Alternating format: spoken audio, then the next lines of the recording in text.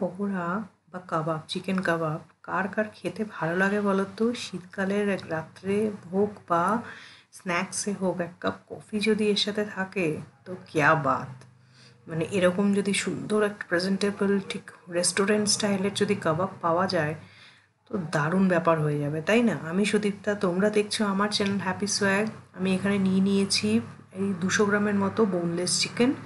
তাকে ম্যারিনেট করছি। এবার আমি 1 চামচ মতো নুন দিলাম, 1 চামচ আদা রসুনের পেস্ট, আর তার সাথে অল্প একটু ঝাল তোমাদের যে যেরকম খাও সেরকম অনুযায়ী গোলমরিচের গুঁড়ো অ্যাড করলাম।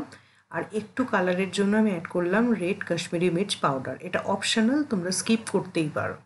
এবার দিচ্ছি মেন যে ইনগ্রিডিয়েন্ট, সেটা হচ্ছে কাবাব টিক্কা মশালা। আমি এর 4 চামচ, বড় বড় চামচের 4 চামচ আমি এর মধ্যে অ্যাড করেছি। আর অ্যাড করছি একটু সর্ষের তেল। তোমরা চাইলে এখানে দইও ইউজ করতে পারো, আমি দই ছাড়াই এটা ম্যারিনেট করছি। খেতে কোনো অংশে খারাপ হয় না, দই ছাড়াও একই রকম টেস্ট হয়। একবার প্লিজ বানিয়ে দেখো, আশা করি খারাপ লাগবে না। এবার এটা ম্যারিনেট করে অন্তত 2 ঘন্টা আমি সাইডে রেখে দেবো এটাকে। এবার আর কিচ্ছু কাজ নেই। এবার মেন যে কাজ সেটা হচ্ছে ফ্রাই করা। একদম ফুটন্ত গরম তেলে, তেলটা ভালো করে গরম হওয়ার পরেই কাবাবগুলো দিও, নাহলে কিন্তু এরকম এরকম ক্রিস্পি আর ব্রাউনিশ কিন্তু আসবে না। একটু টাইম টেকিং, এটা নিয়ে ভাজলে পরে দেখতে খুবই সুন্দর হয়।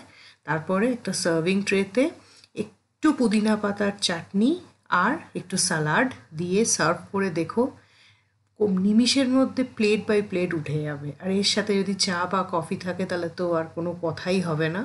তো রেসিপিটা কেমন লাগলো? এরকম চটজলদি স্ন্যাকিং রেসিপি তোমরা যদি আরও দেখতে চাও তাহলে প্লিজ আমায় কমেন্ট করে জানিও। আর চ্যানেলটা যদি ভালো লেগে থাকে একটা সাবস্ক্রাইব করতে প্লিজ ভুলো না।